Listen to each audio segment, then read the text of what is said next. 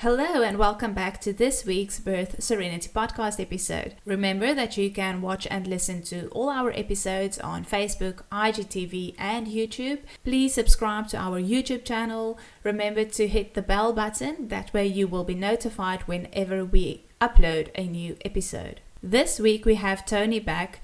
She was on last week to talk about the infant microbiome and how that affects us throughout our life and how important it is that our babies do get these really important and beneficial microbes at birth. If you have not watched or listened to last week's episode, I would really suggest that you go back and watch that one first before you dive into this week's episode to fully understand the importance of this.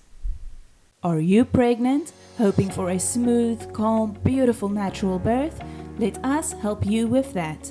In the Birth Serenity Antenatal Program, we focus on natural birth and would be honored to help and support you to prepare yourself in the best possible way, both mentally and physically for your birth. Our aim is to help you find peace and accept your birth whichever way it turns out. For more information, go to birthserenity.com. Toni, we have spoken in the previous episode about the microbiome and you have explained to us really well what it means. So if you're only listening to this episode now, I would really suggest that you go back and listen to the previous one first.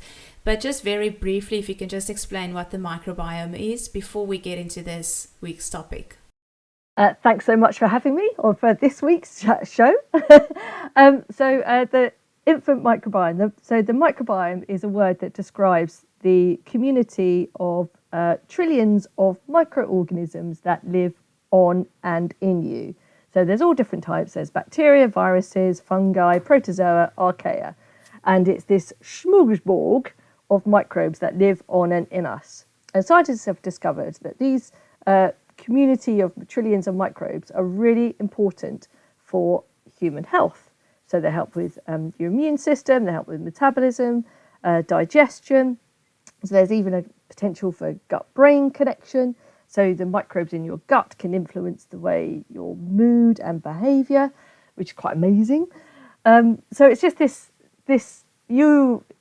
it's really interesting to think of yourself not as me, Toni, or you as a single person.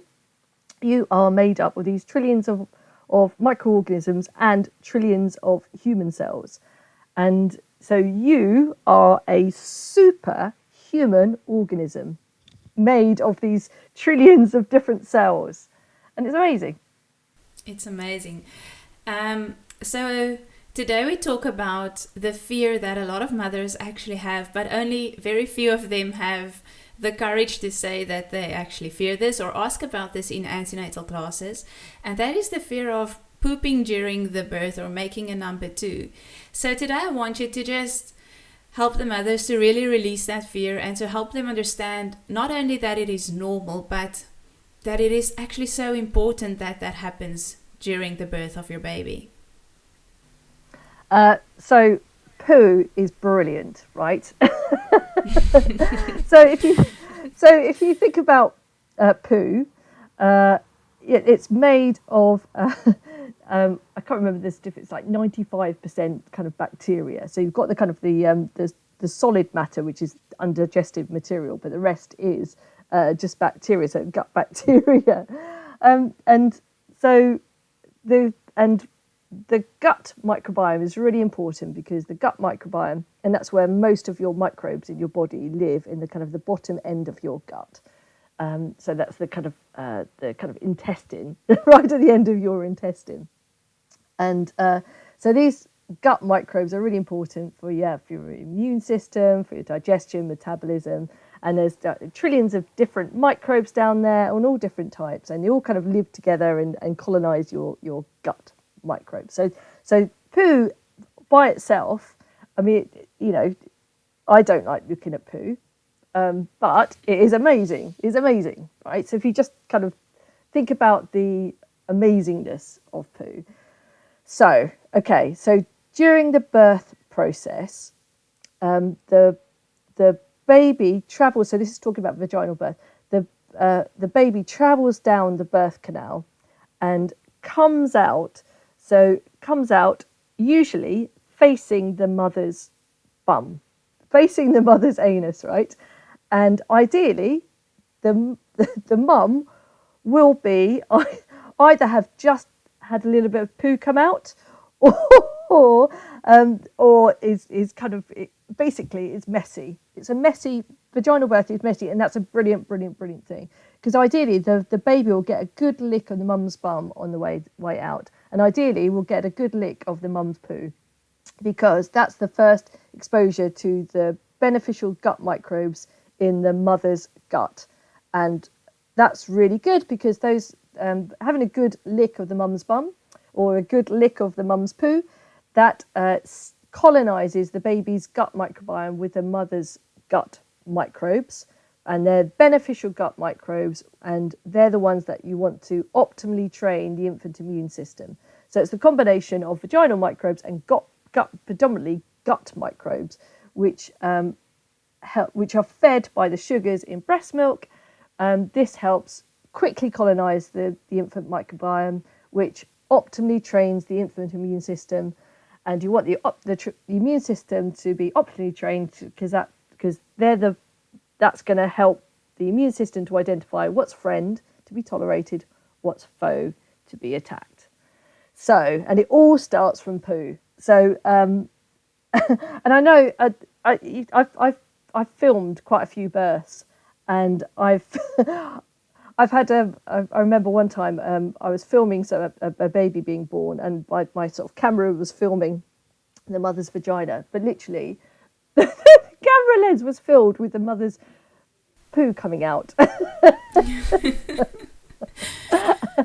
And and it was quite an amazing thing, and quite a beautiful thing. If you can just get your head around it, that's a great thing, because as the baby came out, the baby did get a good lick of the mum's poo, and it wasn't like a messy, gunky kind of poo fest, and it was brilliant. And honestly, it's so brilliant, because they're the first exposures to the mum's gut microbes, which are going to help optimally train the infant immune system, which is going to help protect that baby for life. So poo is good. It is. And just something I think I have to mention, you are probably the only one who is worried about pooing during birth, because your midwife, really, she does not care about it at all. She sees it all the time. She knows and she understands that this is how birth works. This is how your body is supposed to work. She knows how good it actually is for the baby. So you are really the only one who is worried about this. I mean, I would love sort of the midwives not to wipe away the poo immediately, because usually, so however baby's born sort of vaginally, the midwife wipes away the poo really quickly and makes it all kind of like sanitizes it. It's like, no, leave the poo. Let the mother wallow in the poo if the baby's going to be exposed to it. So, and yes, you're completely right. The midwife or the obstetrician has seen lots of births and lots of poo, and it becomes you're immune to it, as in they don't kind of see it after a while. It's just part of the job. Exactly, it's just part of the kind of the functionality of the human body. One of the things that we've filmed at so scientists looking at doing fecal microbiota transplant. That means taking a poo from someone who is well and inserting that poo into the gut of someone who isn't well. And it's had fantastic results for different conditions, for treating different conditions, this fecal microbiome transplant. So we've been in a laboratory, and where people send in their poo, and we've seen it like processed using like a food processor. And I was talking to the technicians who use the kind of poo food processor, and I was sort of saying, "Oh, don't you kind of react to it?" And they said, "Absolutely not. We love it, because it's the kind of gut microbes, and if you can just get your head around the idea that it is poo, but it's gut microbes, and the joyousness and so for those people, without in using the poo food processor, that's life-saving for some people. So it's like, yes, bring on the poo. Yeah, so I want you to look at it as a really important and beneficial thing that happens during birth, and it's not a disgusting or something to be embarrassed about at all. And it's difficult. I mean, I appreciate it's difficult. It's embarrassing, and I know that sort of giving birth, you're very sort of vulnerable, and there is this pressure almost to have a dignified birth, just because you're kind of you don't want to look silly, and you don't want to be embarrassed in front of the people around you, but you know what, it's okay, because all the people around you have seen it, sort of in terms of the kind of the professionals, and it's part of the kind of the process to kind of let go and get the baby out, and kind of embrace the mess and the kind of the, I don't know, it's the womanhood, as it were, that's released during birth. I mean, I've been to different births, and the kind of the power of a woman giving birth is unbelievable. They're so powerful and kind of primal, this primal, fantastic, gorgeous energy that involves poo, and it's like, yeah, bring it on. Okay, on that very high and positive note, thank you so much, Toni, for sharing this very valuable information with us and for taking the time to come onto this episode and this show. Well, thank you for having me. If anybody wants to check out our film, go watch microbirth.com, or check out our courses at microbiomecourses.com. And just to be mindful of your microbiome, and to be thankful for your poo. Thank you so much. All right, cheers.